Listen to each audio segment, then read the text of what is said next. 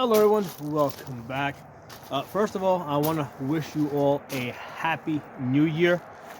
Second of all, I want to remind you all, make sure you're following me on multiple channels and platforms. Okay, it's always either Tafa or Pocono Guns or Pocono Shooting or Absolute Gun Rights. You know, these are different names that I go by, and the reason why I had different channels is because YouTube has shut down my channels in the past. Okay, and also why I'm on Rumble, HugeTube, Gunstreamer, Odyssey, BitChute, probably some more I can't remember at the moment.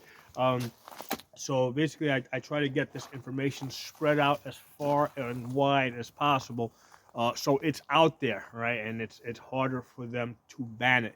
Now, one of the things I want to talk to you guys about is, one of the things I've noticed in the last year, okay, pretty much ever since that NYSERPA versus Bruin decision came out, I have seen lots of people in our community, lots of gun channels, become very euphoric, thinking that we can't lose our gun rights. That after NYSERPA versus Bruin, it's written in stone that we're gonna win, and nothing could be further from the truth. Okay, the truth is that we're probably one or two Supreme Court justices away from having that decision and all the other decisions that came before it reversed. Now, you might say, "Oh, they can't do that." Yes, they can.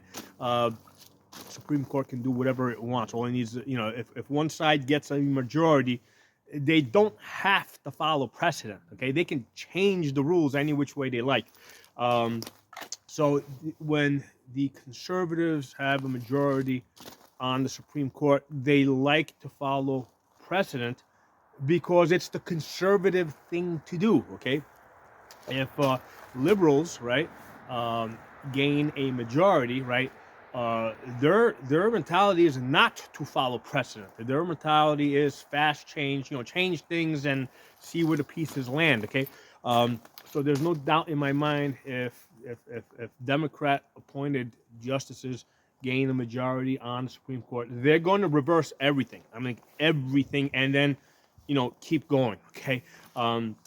So don't think that we can't lose. Now, I want to share with you guys an experience that I had, because prior to becoming a Second Amendment, advocate and basically fighting for the Second Amendment and basically making it my life, I was big on the First Amendment. Okay, back in the late '90s, I was part of the file sharing revolution. Okay, so a lot of you guys were probably born after that at this point. Okay, so you don't know about the days of Napster, Kazaa, Morpheus, right? Nutella, BearShare, right? So we used to be, there was a time when we could share files, music files, movie files, any information we wanted, we could share it without having to go through a centralized network like YouTube, right?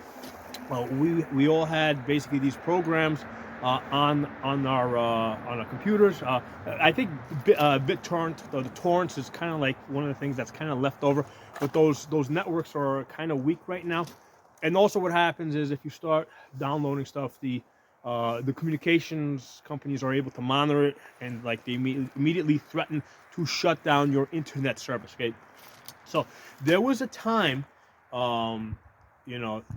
in my life, right? So there was a time within the last 20 years, starting back around 1998, 1999, where we were able to trade music files and video files and all this stuff back and forth, fully uncensored. All right, because there were these peer-to-peer networks, so each computer was acting as a node, right, and was acting as a server, feeding all the other computers. Okay, and at that time, people thought that could never be shut down, right?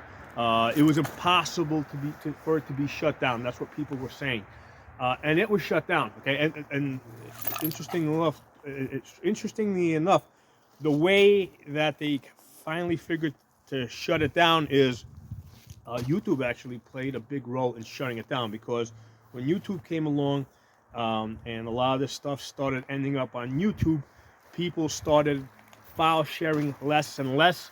So now, eventually, it wasn't an issue of trying to control a million people. It was just an issue of trying to control a few thousand people and monitor them, and that's how they pretty much shut down the file sharing networks. And that was that was very unfortunate, right? Because what happened is, by having everybody kind of shift over to like YouTube, centralized YouTube, to the centralized YouTube network, it was easier for them to control us, basically. Okay, so I wish it had developed that way. I wish that the file sharing networks had, had continued to develop, because basically I wouldn't be talking to you guys on YouTube now, right? I wouldn't be broadcasting on YouTube.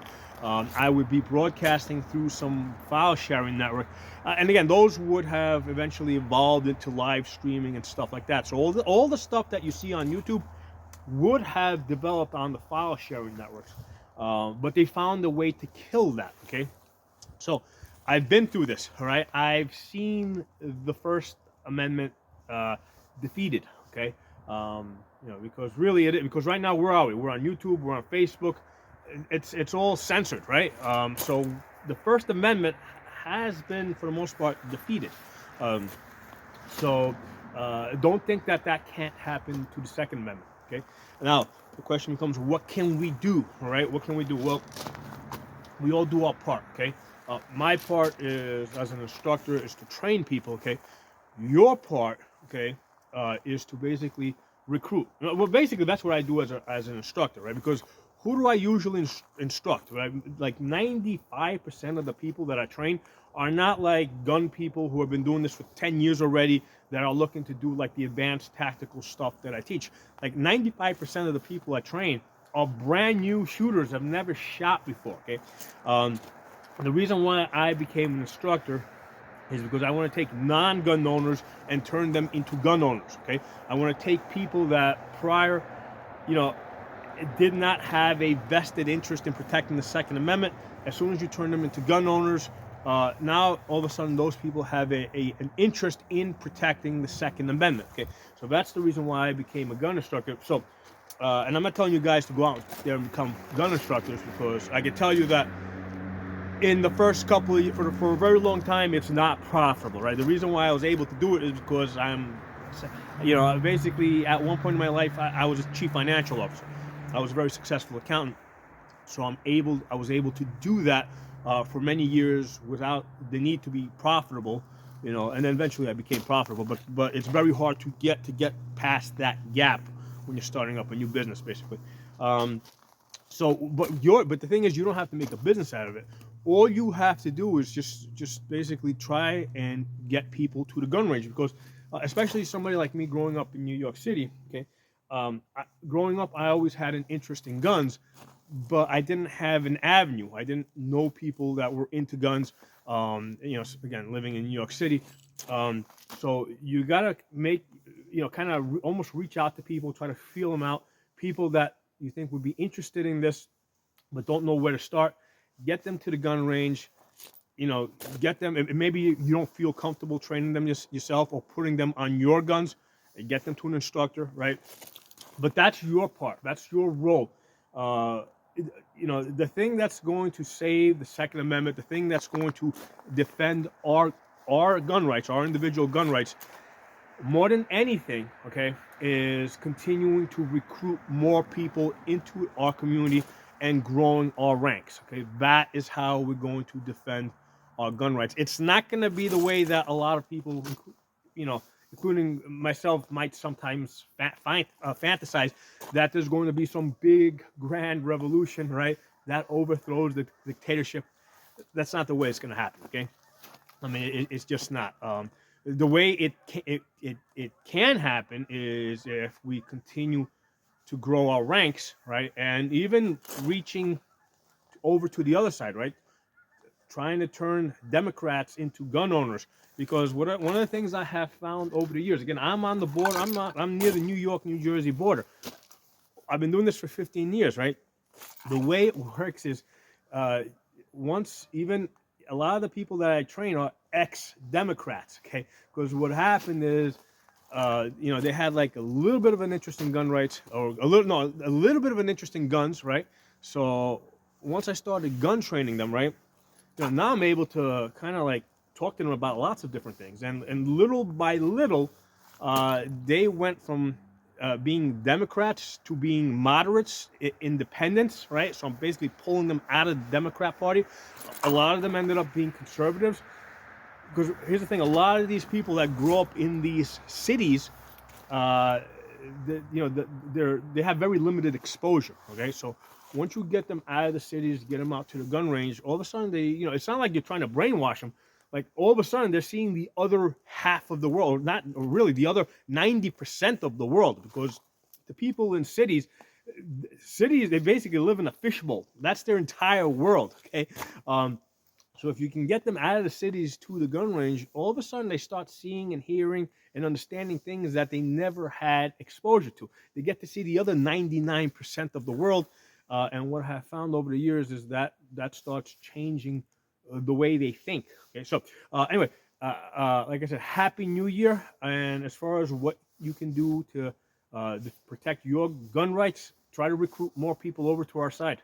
And that's how we're going to win this in the end, all right? It's not going to be in the Supreme Court, right? Because the Supreme Court's very wishy-washy. It's not going to be with the politicians. They're basically in it for the money. It's going to be recruiting more people to our side, turning non-gun owners and turning them into gun owners. Okay, so thanks for watching. Have a happy New Year, and I'll talk to you all soon.